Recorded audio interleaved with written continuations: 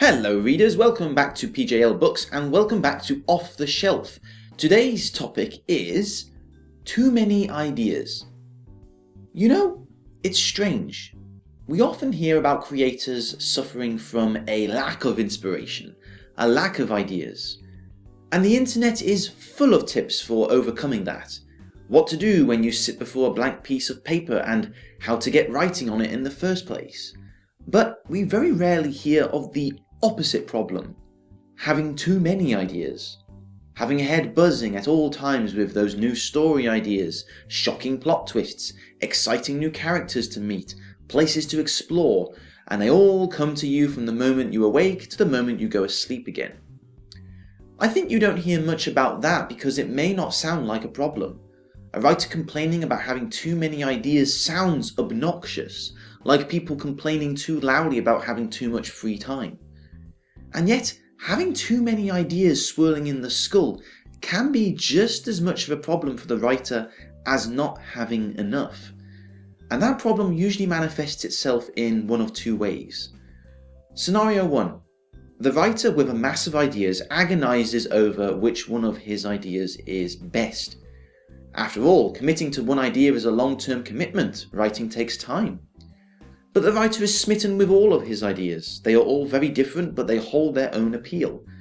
And so the writer wrings his hands perpetually, as indecisive as that person who is paralyzed by having more than one choice of places to eat out, and ultimately he gets nothing done. Scenario 2. This writer also loves all of her ideas equally, but she isn't paralyzed by that. Rather, she gives them all an equal part to play in her story, throwing all of the ideas into a big pot and serving the resulting broth on the page. Unfortunately, while not lacking for ambition and intention, it ends up being a hot mess. The story is all over the place, the disparate ideas not quite gelling or following that singular narrative.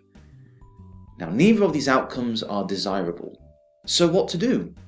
It doesn't help that in one of my earlier blog posts, I actively recommended melding two ideas together. But then again, that was in the preliminary planning stages. Here you're still incubating the whole concept of the story from beginning to end. So the spine of the story, the themes, and the raison d'etre all fit snugly together. Lumping in sudden flashes of inspiration on the go may seem exciting to write, but to a reader, these can seem like sudden handbrake turns that feel like they were tacked on without much thought, because that's exactly what happened. Now, I have mentioned in another previous post regarding characters that in these times, nurturing and overprotecting your creations can be detrimental to you. Giving all of your ideas a voice in a single story is like a free-for-all orchestra where there is no sheet music and the conductor is too intimidated to control.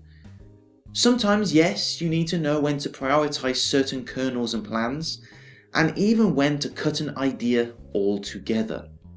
But, unlike killing off a character in a novel, take heart.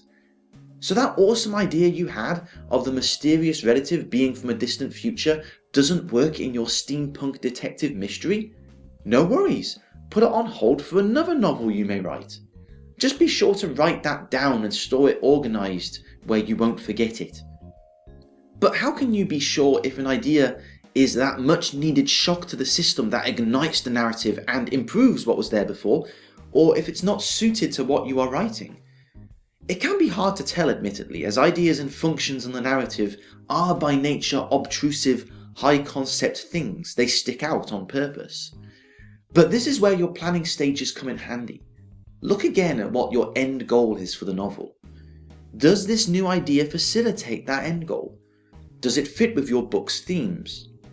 Bear in mind that this isn't the same as simply cherry-picking your ideas to the ones that simply agree with what you're trying to convey. On the contrary, a one-sided argument spread across hundreds of pages is dull and self-indulgent, and it is actually healthy to present the other side of the message you're hoping to ultimately convey. But that's the thing, that still fits, because the opposite side of the discussion is still within the same discussion. You aren't straying too far from that sense of tightness that we talked about last week.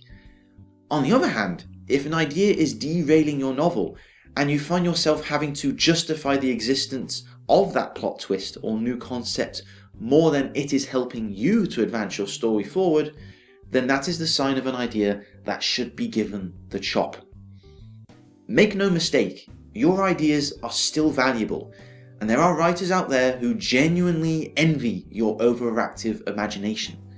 But with the correct amount of restraint, the beast can be controlled, and it can become one of your best assets. And that's it for today's Off the Shelf. Thank you very much for listening, readers. This is going to be on my website, the link of which is in the description below. So thank you very much, and see you next time. Bye bye.